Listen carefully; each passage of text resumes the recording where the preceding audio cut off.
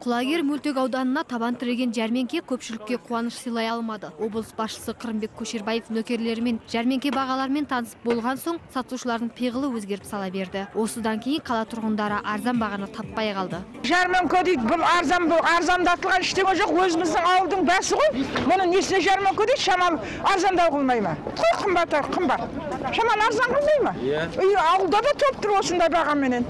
Ал ауыл шаруашылық бөлімі жеті ауданнан келген диханшылар халыққа арзан бағада түрлі азық-түлік сатып жатқандарын мақтанышпен айтады. Жәрмеңкеге 50-ден астам машинамен 100 тоннадан аса ауыл шаруашылық өнімдері әкелінген дейді аудандық ауыл шаруашылық бөлімі басшысы Назымбеков. Базардағы бағада орташа 15% көлемінде төмен түсіріп бағамен беріп жатырмыз.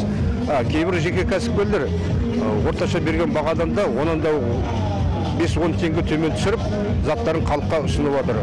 Бұл енді негізгі халықты қысқы азық-түлікпен қамтамасыз ету мақсатында жыл сайынғы дәстүрлі осы ұйымдастырылып отқан жәрмеңке. Дегенмен тұтынушылар жәрмеңке бағасына разы емес. Жәрмеңке бағасы базар бағасымен бірдей деген уәж айтуда. Цены-то как цены, какие на базаре, но это... Баға көңілге қонбайды, базармен бірдей. Бұрышты жаңа ғана 100 деп түреді, енді бірден 150-ге көтерді. Қап-қап азық алып кетеміз бе деп келсек, міне пакетпен ғана қайтып барамыз, жәрменке деген аты ғана. Сонымен не халық, не облыс басшысы алданды ма белгісіз. Әйтеуір ашылғанда арзан бағаға ұсынған сатушылар басшылық кеткен соң бағаны қалауларынша қойып алды. Сол себепті арзан азыққа жармақ болған қала тұрғындары бос сөмкелерін арқалап қайтты. Ақбота Мұсабекқызы, Оңғар Саймұсаев, арнайы Қазақ Ньюс үшін Қызылорда облысынан.